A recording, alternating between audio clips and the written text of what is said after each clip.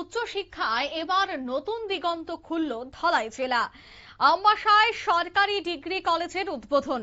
স্থানীয় শিক্ষার্থীদের দীর্ঘদিনের স্বপ্ন পূরণ হয়েছে। আমবাসায় বহু প্রতীক্ষিত সরকারি ডিগ্রি কলেজ মঙ্গলবার আনুষ্ঠানিক উদ্বোধন হয়েছে। এক বর্ণাঢ্য অনুষ্ঠানের মধ্য দিয়ে নতুন কলেজের পথ চলা শুরু। অন্যদিকে মুখ্যমন্ত্রী professor doctor Manik Saha virtual মাধ্যমে এই নতুন কলেজের উদ্বোধন করেন। আমবাসায় আয়োজিত এই উদ্বোধনী অনুষ্ঠানে দেখা গেছে যে রাজ্যের উচ্চশিক্ষা মন্ত্রী কিশোর বর্মন, আমবাসার বিধায়ক চিত্তরঞ্জন দেববর্মা সহ অন্যান্য বিশিষ্ট ব্যক্তি এবং শিক্ষা দপ্তরের উচ্চপদস্থ আধিকারিকরা উপস্থিত ছিলেন। আমবাসায় এই নতুন সরকারি ডিগ্রি কলেজটি গড়ে ওঠায় স্থানীয় ছাত্রছাত্রীদের দীর্ঘদিনের দাবি পূরণ হয়েছে। এদিনের এই উদ্বোধন অর্থাৎ এই কলেজ উদ্বোধনকে কেন্দ্র করে কি বলছেন উচ্চশিক্ষা মন্ত্রী কিশোর বর্মন, শোনাবো।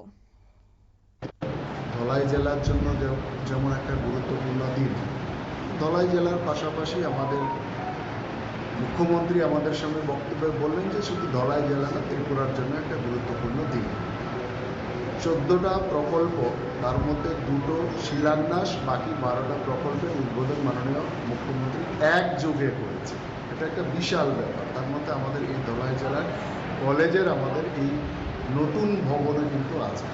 ধলাই জেলা সম্পর্কে আমরা জানতাম যে এক সময় আমরা যখন পড়াশোনা করতাম সে সময় পানিশমেন্ট হিসাবে ধলাই জেলাকে ব্যবহার করা হয়। কোনো কর্মচারীকে যদি পানিশমেন্ট দিতে হয় তাহলে ধলাই জেলায় পাঠিয়ে দেয়। সুতরাং এটাকে ডেভেলপমেন্টের কোনো চিন্তাভাবনা সেইভাবে করা হয়। আজকে আমাদের এই ধলাই জেলাকে আমাদের মাননীয় প্রধান মুখ্যমন্ত্রী সারা দেশের সামনে আমাদের ইন্সপিরেশন জেলা হিসাবে কিন্তু সেটাকে উপস্থাপন করেছে এবং নীতি আয়োগের বৈঠকের মধ্যে, সদ্য সমাপ্ত নীতি আয়োগের বৈঠকের মধ্যে মেইন ফোকাসের কেন্দ্রবিন্দু কিন্তু আমাদের ধলাই জেলাকে কিন্তু রাখা হয়েছে। স্বাভাবিক কারণে বিগত সরকারের দৃষ্টিভঙ্গি এবং আমাদের সরকারের দৃষ্টিভঙ্গির মধ্যে যেই ফারাক, এটা কিন্তু বুঝতে হবে। শুধু স্কুল কলেজ বিল্ডিং নয়, হসপিটাল থেকে শুরু করে, এবং আজকে মুখ্যমন্ত্রী ভাষণে বলেছেন এই যে এখানে একটা পিপিপি মডেলে একটা মেডিকেল কলেজও কিন্তু হতে যাচ্ছে। ফলে আমাদের ধলাই জেলার বিশেষ করে জনজাতি অংশের মানুষের জীবনযাত্রা কিন্তু আগামী দিনে আমূল পরিবর্তন হবে।